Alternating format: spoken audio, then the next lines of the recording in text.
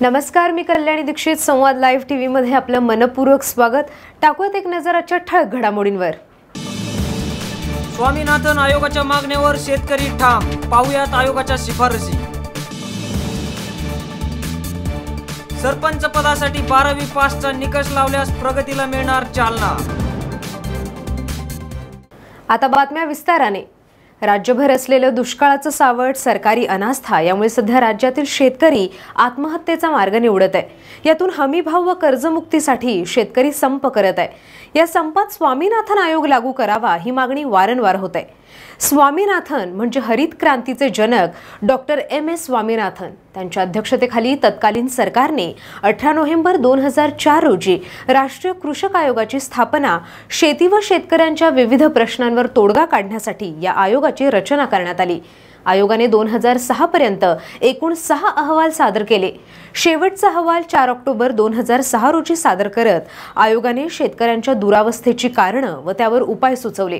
खेदात्मक बाब ही की जवळपास 10 वर्ष होऊन सुद्धा स्वामीनाथन आयोगाच्या शिफारसी मात्र धूळ खात पडलेल्या आहेत. काय आहे हा स्वामीनाथन आयोग आणि त्याच्या शिफारसी, टाकूयात एक नजर. शेतकऱ्यांचे खर्च वजा जाऊन उत्पन्न सरकारी कर्मचाऱ्याप्रमाणे असावं. शेतमालाला हमीभाव उत्पादन खर्च वगळता 50% असावा. शेतमालाची आधारभूत किंमत लागू करण्याची पद्धत सुधारून गहू आणि इतर खाद्यान्न वगळता इतर पिकांना आधारभूत किंमत मिळायची व्यवस्था करावी. बाजाराच्या चढ उतारापासून शेतकऱ्यांचं संरक्षण व्हावं म्हणून मूल्य स्थिरता निधीची स्थापना करावी.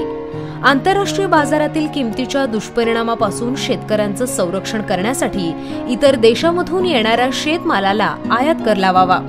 दुष्काळ व इतर आपत्तीपासून बचावासाठी कृषी आपत्काल निधीची स्थापना करावी. कृषी पतपुरवठा प्रणालीचा विस्तार करावा. पीक कर्जावरील व्याजाचा दर कमी करावा. हलाखीची स्थिती असलेल्या क्षेत्रामध्ये नैसर्गिक आपत्तीवेळी पूर्वस्थिती येईपर्यंत गैरसंस्थात्मक कर्जासहित सर्व कर्जाची वसुली स्थगित करून त्यावरील व्याज माफ करावं. संपूर्ण देशातील सर्व पिकांना कमीत कमी हप्त्यावर विमा संरक्षण मिळेल अशा रीतीने पीक विमा योजनेचा विस्तार व ग्रामीण विमा विकास निधीची स्थापना करावी. पिकांच्या नुकसानीने मूल्यमापन करत असताना ब्लॉकच्या ऐवजी गाव हा घटक वापरून विमा संरक्षण द्यावं. सामाजिक सुरक्षेचे जाळे निर्माण करून त्या अंतर्गत शेतकऱ्यासाठी वृद्धावस्थेत आधार तसेच स्वास्थ्य विम्याची तरतूद करावी. परवडणाऱ्या दरात बी बियाणं व इतर यंत्रसामुग्री उपलब्ध करून द्यावी. संपूर्ण देशात प्रगत शेती व माती परीक्षण प्रयोगशाळेचं संचालन करावं. शेतीला कायम आणि समप्रमाणात सिंचन आणि वीज पुरवठा व सिंचन व्यवस्थेत आमूलाग्र सुधारणा घडून आणाव्यात. अनेक भागातील अंगठेबहाद्दर सरपंचांना केवळ शिक्षणाअभावी गावच्या परिपूर्ण विकासात्मक भूमिकेला चालना देता येत नसल्याने शासन आता सरपंच पदासाठी 12वी पासचा निकष समोर ठेवण्याच्या विचारात आहे. तशा हालचालींना आता मंत्रालय पातळीवर वेग आल्याचं वृत्त आहे. त्याबरोबरच थेट जनतेतून सरपंच निवडीबाबतचा निर्णयही होण्याच्या हालचाली सुरू असल्याची माहिती आहे. त्यामुळे साहजिकच हा निर्णय झाल्यास गावगावच्या विकासालाही नक्कीच चालना मिळेल असा सूर जनतेतून उमटताना दिसत आहे. ग्रामीण भागामध्ये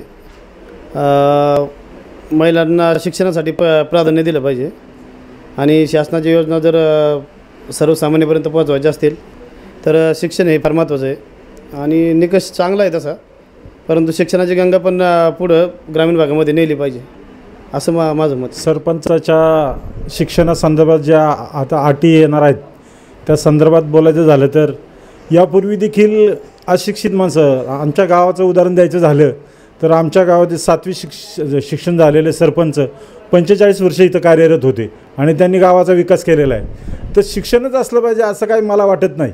तुम्ही म्हणता की कॉम्प्युटरचं नॉलेज वगैरे, तर हे आज 10वी 8वी 9वी शिकलेली मुलं देखील कॉम्प्युटरचं नॉलेज त्यांना असतं. मग त्याचे कोर्सेस जर केले, ते सरपंच झाल्यानंतर त्यांना त्याचं मार्गदर्शन मिळालं तर त्याच्यामधून देखील त्या योजनांची माहिती त्यांना मिळू शकेल.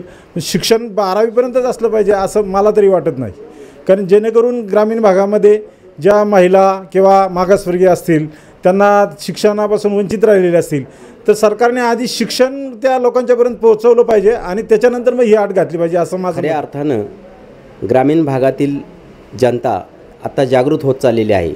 शिक्षणाची 12वीपर्यंतचा जो आपला निकष आहे तो निकष जर लावायचा असेल आणि ग्रामीण भागामध्ये सुशिक्षित काम करणारे जर होतकरू महिला असतील आणि त्यांचं 10वी शिक्षण असेल, त्यांना जर चांगलं काम करण्याची आवड असेल, खेड्यापाड्यामध्ये जर खऱ्या अर्थानं ही योजना सगळ्यांना लागू करायची असेल, आपल्याला 12वी शिकलेली महिला सरपंच व्हावा, ही आट अतिशय स्वागतार्ह आहे.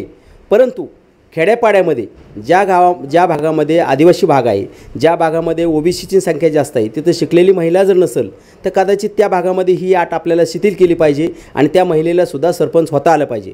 काही माणसं शिकलेली कमी असतात पण काम करण्याची त्यांना आवड असती आणि ते चांगलं काम करू शकतात, त्यांनाही याच्यातून डावलता कामा नये.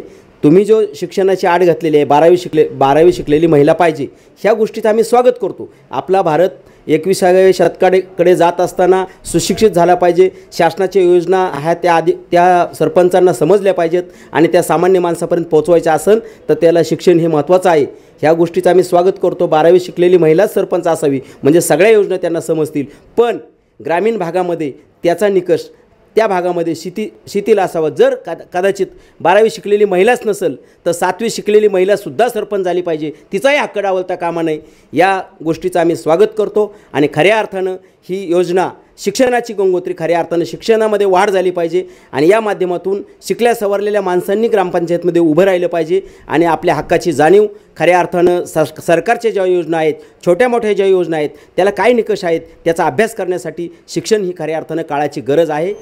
ज्या वयामध्ये आज ग्रामीण भागामधील महिलांना पाठ्यपुस्तकावर संस्काराचे धडे गिरवायचे, त्याच वयामध्ये आज परिस्थितीचे चटके सहन करावे लागत आहेत. त्यामुळे आजही ग्रामीण भागातील महिला अशिक्षित अडाणी राहिलेल्या आहेत.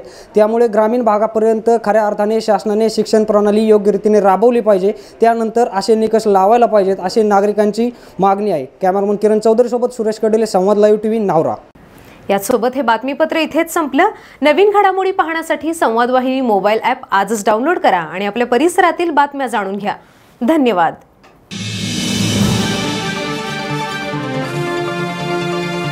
संवाद लाईव्ह टीव्ही, आपला विश्वास, आपलं चॅनल.